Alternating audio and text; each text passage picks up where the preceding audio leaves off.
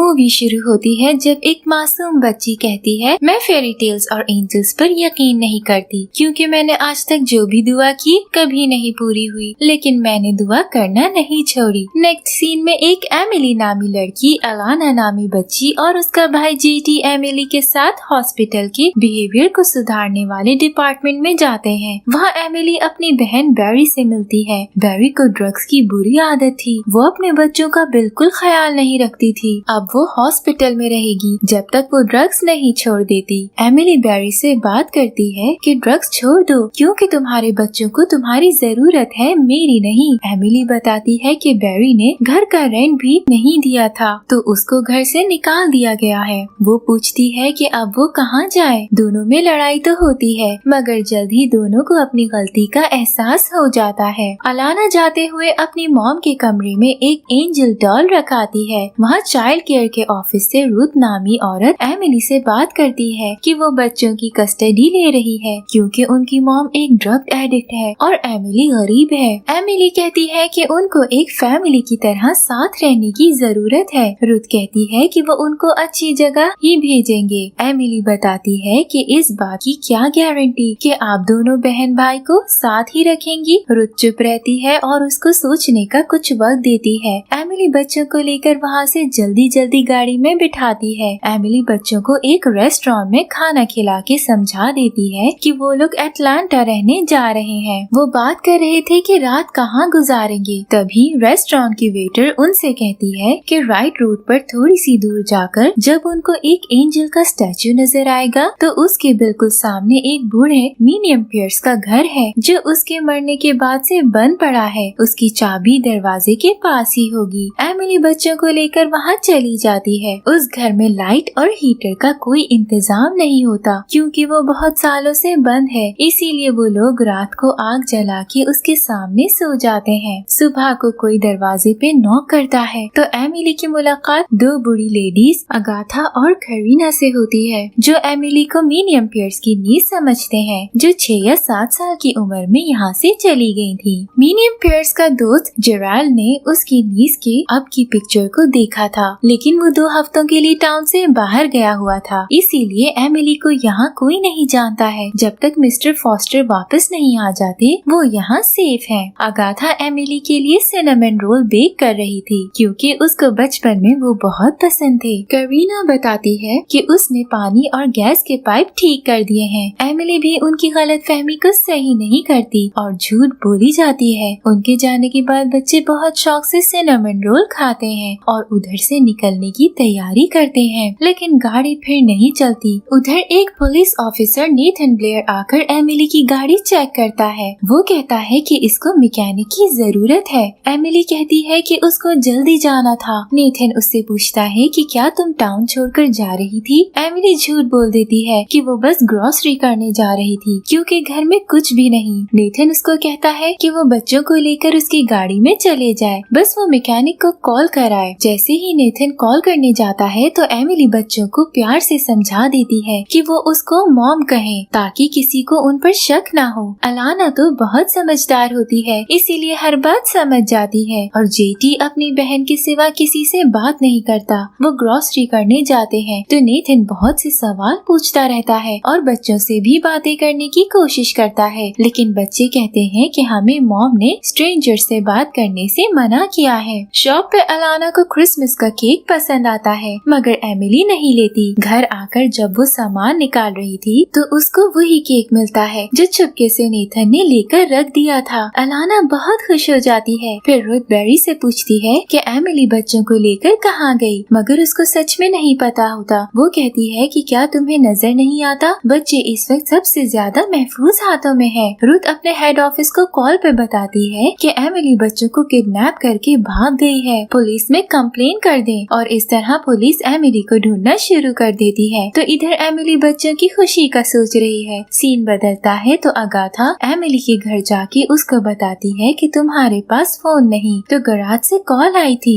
वो कह रहे थे तुम्हारी गाड़ी ठीक करने के लिए $800 लगेंगे, इससे अच्छा है कि तुम नई गाड़ी ले लो। रात को एमिली और बच्चे जब डिनर कर रहे थे तो वो $800 कमाने का कहती है। तभी घर की लाइट आ जाती है और हीटर भी चल पड़ता है। सब बहुत खुश होते हैं, जैसे मिरेकल पे मिरेकल हो रहे थे। अगले दिन एमिली जॉब ढूंढने के लिए पुलिस स्टेशन नेथन से मिलने जाती है, लेकिन वहाँ उसको सैडी मिलर मिलती है, जो एमिली को पहचान जाती है क्योंकि नेथन ने उससे एमिली की लाइसेंस रजिस्ट्रेशन इंफॉर्मेशन मांगी थी और सैडी को पता था कि नेथन एमिली को पसंद करने लगा है। एमिली सैडी से जॉब का पूछती है तो वो उसको अपनी एक दोस्त की डेकोरेशन शॉप में काम करने के लिए भेज देती है, क्योंकि उसकी दोस्त एमिली को एक दिन की पेमेंट उसी वक्त दे दिया करेगी। एमिली वहाँ दिल लगाकर काम करती है और कुछ दिनों में ही मैकेनिक को थोड़े थोड़े करके पैसे देना शुरू कर देती है। एक दिन जब वो अगाथा के घर थी तो उधर नेथन भी आ जाता है, जिसको अगाथा ने बुलाया होता है। नेबर्स तक को पता चल गया था कि नेथन एमिली को पसंद करने लगा है। जैसे कहते हैं ना, प्यार छुपाए नहीं छुपता, वैसे ही नेथन का एमिली के लिए प्यार भी उसके चेहरे पे साफ नजर आता है। अगाथा और करीना एमिली और नेथन को अकेला छोड़ के किचन में चली जाती हैं। नेथन एमिली से बच्चों के स्कूल में एडमिशन के बारे में पूछते हुए उसको एक स्कूल के बारे में बताता है। एमिली कहती है कि उसने अभी इस बारे में सोचा नहीं। नेथन कहता है कि वो उसको और बच्चों को वहाँ लेकर जा सकता है। एमिली मना कर देती है। नेक्स्ट सीन में नेथन रिकॉर्ड ऑफिस में जाता है तो उधर उसकी मुलाकात उसी एंजल से होती है जो एमिली और बच्चों को रेस्टोरेंट में मिली थी। नेथन उससे पूछता है कि क्या वो उसको पियर्स के घर की डीड दिखा सकती है। जब वो डीड देखता है तो उसमें पियर्स की नीस एमिली का नाम नहीं लिखा होता। एंजल कहती है कि वो डीड मिस्टर फॉस्टर के लॉ ऑफिस में होगी, लेकिन वो मैजिक से वो डीड फाइल्स के नीचे से निकाल के नेथन को दे देती है, जिस पर एमिली का नाम लिखा था। नेथन खुश हो जाता है और एंजल को घर जाके आराम करने का कहकर चला जाता है। उसको कुछ याद आता है तो वो वापस आता है, मगर एंजल तब तक गायब हो चुकी थी। नेथन को ये थोड़ा अजीब जरूर लगता है, मगर वो इग्नोर कर देता है। वो फौरन एक डोर हैंगिंग क्रिसमस का ट्री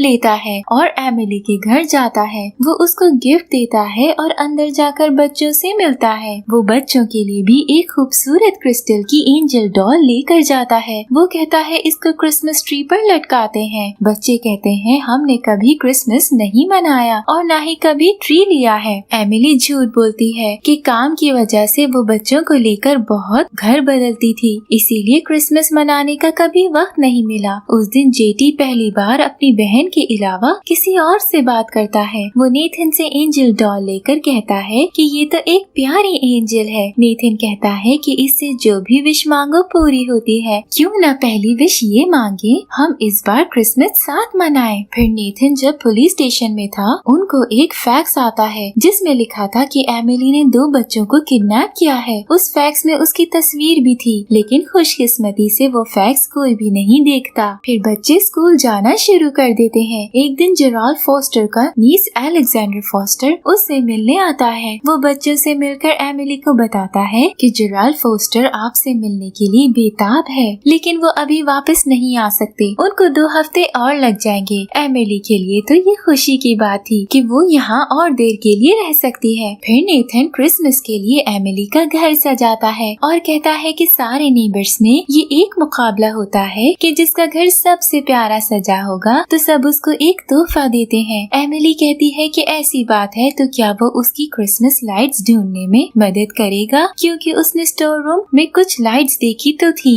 नेथन फौरन मान जाता है और दोनों स्टोर रूम में लाइट्स और कुछ क्रिसमस डेकोरेशन की चीजें ढूंढते हैं। वहाँ एमिली को एक बैलरीना डॉल मिलती है तो वो कहती है कि बचपन में वो भी एक बैलरीना बनना चाहती थी। नेथन जवाब देता है कि ये पहली ऐसी बात है जो तुमने अपने बारे में बताई है। नेथन कहता है मुझे पता है, बताने के लिए बहुत कुछ है, लेकिन तुम बोलती नहीं। एमिली वहाँ से जाने लगती है तो नेथन उसका हाथ पकड़ के रोक लेता है और कहता है कि देखो तुम दोबारा मुझसे भाग रही हो। मुझे पता है तुम मुझे सब कुछ बताना चाहती हो, मगर डरती हो, पता नहीं किस बात से। वो उससे पूछता है कि अगर तुम चाहती हो कि मैं चला जाऊं तो अभी बता दो। फिर दोनों किस करते हैं। एमिली कहती है कि ये ठीक नहीं, वो 2 हफ्तों बाद चली जाएगी। नेथन पूछता है तुम क्यों जा रही हो। एमिली बताती है कि जेटी को स्पेशल स्कूल की जरूरत है और अलाना को रीडिंग करने में बहुत मसला होता है और उसके पास कोई दूसरी चॉइस नहीं है। नेथन कहता है कि मुझे ये 2 हफ्ते दे दो और मैं सब बदल दूंगा। एमिली मान जाती है और नेथन सच में उसकी जिंदगी खूबसूरत बनाने लग जाता है। वो बच्चों को तोहफे देता है, उनसे भी प्यार करता है और उनका बहुत ज्यादा ख्याल रखता है। एक दिन एक ऑफिसर फैक्स पढ़ने लगा तो नीथन से टेबल पे कॉफी गिर गई। ऑफिसर ने कुछ फैक्स को जल्दी जल्दी में उस पर उल्टे करके रख दिए ताकि वो कॉफी एब्जॉर्ब कर ले। सबसे ऊपर वाला फैक्स एमिली का ही था जो हल्का हल्का नजर आने लगा था, मगर फिर से मिरेकल हुआ और किसी ने भी वो फैक्स नहीं देखा। फिर एमिली अपनी बहन से कॉल पर बात करती है और उसको बताती है कि बच्चे और वो खुश हैं। बैरी एमिली से कहती है बच्चों को उसकी तरफ से जोर से हक करे और उनको बताए कि उनकी मॉम उनसे माफी मांग रही थी और वो उनसे बहुत प्यार करती है। एक दिन एलाना ब्रश करने के लिए वॉशरूम का मिरर खोलती है तो उसको एक नोट मिलता है जिस पर टॉवल लिखा था। वो टॉवल से एक और नोट उठाती है जिस पर शू लिखा था। शू अलमारी से उसको एंजल स्टैचू का नोट मिलता है। वो एंजल के स्टैचू के पास ढूंढती है तो उसको लाइब्रेरी का नोट मिलता है। वो लाइब्रेरी जाती है तो उसके साथ बोर्ड पर एक और नोट मिलता है। वो लाइब्रेरी के अंदर जाकर एक बुक द सीक्रेट गार्डन खोलती है तो उसके नोट के अंदर लिखा था एनीथिंग इज पॉसिबल, यानी सब पॉसिबल है। पीछे से नेथन आता है तो उसे बताता है कि वो कुछ भी कर सकती है, यहाँ तक कि वो रीडिंग भी कर सकती है। अलाना समझ जाती है और रीडिंग करना शुरू कर देती है। फिर वो बुक पढ़ के सबको सुनाती है और सब बहुत खुश होकर उसकी तारीफें करते हैं। अलाना कहती है कि वो इस क्रिसमस सांता क्लॉज से मिलकर एक बुक गिफ्ट में मांगेगी। एमिली कहती है कि वो लोग क्रिसमस पर यहाँ नहीं होंगे। अलाना नाराज होकर वहाँ से भाग जाती है। एमिली उसको बहुत ढूंढती है और आखिरकार वो लाइब्रेरी के पास मिल जाती है। अलाना कहती है कि वो यहाँ ही रहना चाहती है क्योंकि उसको जिंदगी में पहली बार इतने प्यार करने वाले लोग मिले हैं। अगले दिन अलेक्जेंडर उसके घर आकर बताता है कि मिस्टर फॉस्टर क्रिसमस तक वापस नहीं आ सकते। उनकी फ्लाइट ज्यादा बर्फबारी की वजह से डिले हो गई है। एमिली खुशी की खबर बच्चों को सुनाती है और वो खुशी से पागल हो जाते हैं। फिर एमिली बच्चों को सांता से मिलवाने जाती है और इस बार नेथन सांता बना था। नेथन अलाना को उसकी बुक देता है और जेटी को भी एक गिफ्ट देता है, मगर जेटी कहता है कि उसको